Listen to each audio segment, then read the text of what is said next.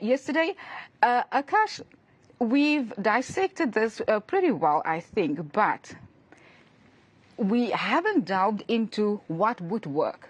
If you have to, if it's a people-centric around a Jan 8 statement, and you speak to the hearts, the minds of people, and what it is that they want, what do you say then? Without lying. Yeah. So Faith, for me, and Crystal raised this point earlier, it needed to be all about jobs. And it needed to be about jobs because not just in South Africa, but in the region as a whole, we have a problem of unemployment. The reason that we have people mining illegally is because they can't find jobs. Our unemployment rates talks, to the fact that we are in a dire situation. But you see, you can talk about jobs if there is something that you have to say, that you can say about it. If you created jobs, if there's some good news, you cannot stand in front of the South African people and say, well, you know what, this is where we are, deal with it.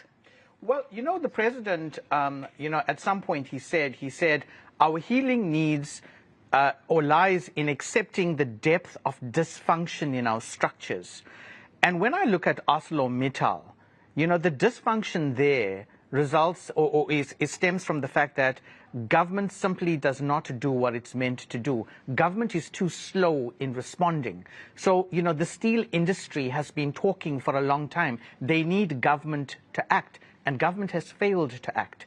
And I think what the president really needs to do is look at where these bottlenecks exist, number one. But in addition to the bottlenecks, do we have the landscape that allows people to want to come and invest in South Africa? And that's why I raised the issue about talking about the National Democratic Revolution. Because at the end of the National Democratic Revolution, you will have a lot more state-owned entities.